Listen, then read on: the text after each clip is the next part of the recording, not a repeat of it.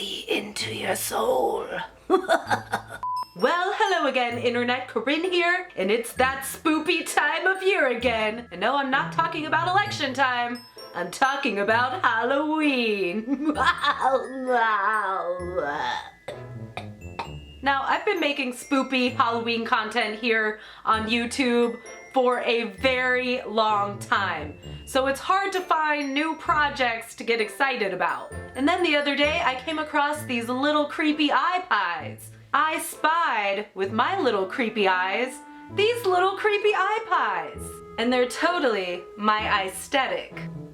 Now, I know Rob has tried the creepy face pie before, but we found that in real life, making a face pie doesn't really turn out as good as what this picture represents. It turns out that they were created by a latex artist over on Etsy by the name of It Came From Under My Bed. So when I came across these, I was really excited because they look like something that you could actually achieve with real pie dough. So let's get started, shall we? Alrighty, first thing we have to do is gather our ingredients. Lorraine's recipe says we need 5 to 6 sheets of short crust pastry. A quick Google search later, and I've learned that short crust pastry is the same thing as pie dough. Well, don't you know? Well, you do now. It also says thawed, which leads me to believe that she's in fact using frozen pie dough, which is perfect because I don't feel like making my own pie dough. I don't want to do it. So I got myself a bunch of this frozen pie dough. Unfortunately, it takes about 3 to 5 hours for it to thaw. I hadn't thought about that. It's actually perfect because before I shoot a DIY video, I think I need to cover these little naked ladies up. They're gonna feel very exposed and self-conscious otherwise. Why I never? Yeah, they're ready. Oh, did you notice that there? I was hoping you didn't. I had somewhat of an unfortunate encounter in the forest the other day. I don't really want to talk about it too much because my new condition has a lot of stigmas attached to it. Do you want to see the pictures of when it had just happened? Maybe you don't, because wounds and stuff trigger you. So look away right now because I'm about to show the picture. Yeah, this hurt, but it's healing up quite nicely. I'm mostly concerned about this overwhelming feeling, yearning towards the impending full moon that's gonna happen on Halloween. And I've been downloading weird books like Werewolf of Paris and Stephanie Meyer's new book. Yeah, whatever, don't judge me. And these other weirdly related book titles. I heard this one's pretty good, so I'm excited to listen to it. I mean, that is the beauty of Audible. I can paint my nails and listen to stories at the same time. I highly recommend, if you haven't tried it out yet, you should go to my link, audible.com/Corinne, or text Corinne to 500-500. Not only are you gonna get a free month membership and a free audiobook, but now you'll have access to a new thing called the Audible Plus catalog. There's thousands of audiobooks, podcasts, Audible originals, so many spoopy stories. There's nothing like listening to a spoopy story during spoopy season. And yay, these don't look so crappy anymore. Does someone miss her Aunt Christine? Thanks for our multi-chrome, Auntie Chris. Okay, back to creepy eye pies. So the OP wants us to make little creepy rhubarb pies, but I don't feel like dealing with that. I kinda rue the barbs. Plus, I think cherries and blackberries would make a much spoopier filling. It's really easy to make your own pie filling, by the way. Much easier than making your own pie dough. I think this is gonna be very nice. You know, I actually met Sacha Baron Cohen once at a YouTube party, and I had a little bit of liquid courage flowing through my veins, so I thought it would be a good idea to try to talk to him using a fake accent. It failed miserably, and it was very embarrassing. Okay, this looks horrifying. Horrifyingly excellent. This would be great for shooting a zombie movie or something. Take note, George Romero. Now I am flattening one of our pie tins so we get the perfect size pie disc out of our dough, which we have to very carefully unroll. It's pretty fragile and kind of a pain in the ass. I kind of hate it actually. But we made it work, and I'm just gonna bake these two off first to test them. And yep, they turned out great. A little too great actually, because I couldn't resist eating one. The beast inside grows. That's so good. The next series of events was very unfortunate. Just call me Lemony Snicket.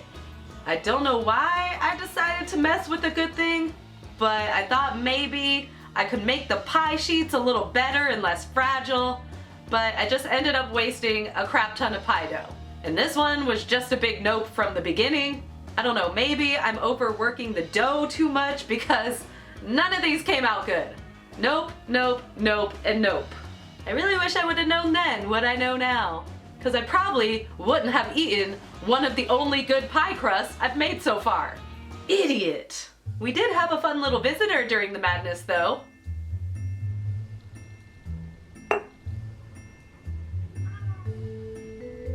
But I honestly think they're gonna be much happier being let go outside. Because otherwise, little murder mittens here will eat them. Okay, so we have one solid pie crust base here. Let's give this a go one more time, shall we? And we're gonna try very hard not to mess up this sheet of pie crust. I also have these circular cutter outers, and I'm gonna be cutting out 2 biggies and 2 smalls. Now I'm putting the biggest one into the pie tin, and we're just gonna send all of our thoughts and prayers with this little buddy into the oven. Woo! Finally! A success! I really wanted a bunch of little creepy pies so I could recreate this photo, but it's already been a full day, there's only 2 of us, and the Halloween party's been canceled. So f it. That was a nice party last year though. Oh, how I miss parties. It's like we're living in a real-life Stephen King novel. Okay, moving on. We need to separate a yolk from its albumin. L. Albumin is L. I don't like it. I have no yolk for this. Jokes just hit differently now, you know what I mean? We do need to mix this with a little bit of water, and then we can start constructing the rest of our creepy little pies. Oh, and we need 1 more frozen cherry for the eyeball. First we add the filling, then egg wash on disc 1's undersides, add that to the top, make some pretty little edges with a fork, because I don't have a fancy cutter outer thing like Lorraine used, but that's okay. Next, we're cutting the cherry in half, placing that on top of the pie, then constructing the eyelid around the cherry eyeball, using only half of one of our little discs. Lastly, you just have to add some egg wash to the entire top of the pie, and wah mother la! We're doing it! Alright, I guess I'll see you in a little bit. While this one gets baked, I'm gonna work on constructing the second one. Wow, holy crap, this came out so cool! And we haven't even added the finishing touches yet. I love you, my creepy little eye pies. I love you. We just wait for them to cool, and then paint on some key little details with this matte white food coloring. Way more realistic than the creepy face pie. I know, you don't like it. Rob the artist hates how this looks, by the way, everyone. I mean, I just think you could add a little bit more dimension. He's suggesting we use this pomegranate syrup to do it. I'm a little nervous. I'm just gonna be putting a little bit here on the water line. And then it's just like bleeding down, like the eyes bleeding out. Now you're looking good. I'd say that's definitely a creepy little eye pie. Okay, I have to admit, the syrup really helped to bring these to the next eye level. I know you're not supposed to pick favorites, but this one's my favorite. I just love it so much. I only have eyes for you. How do you shellac something? You know, to keep it forever? Cause I wanna keep this forever. Well, we did it. Creepy eye pies for the win. If you can find some other cool creepy projects for me to try out that I haven't tried already, let me know in the comments down below. As always, thank you so much for watching. A huge thanks to Audible for sponsoring this video. If you haven't tried it already, I highly recommend you go to audible.com/Corinne or text Corinne to 500-500. There's not a lot to lose, and there's lots of knowledge to gain. Speaking of which, I hope you have your voting plan in place. I love you very much, stay safe, and I'll see you later. Bye-bye. Whoa. No! You're eating my special pie! The eye part, that's the best part.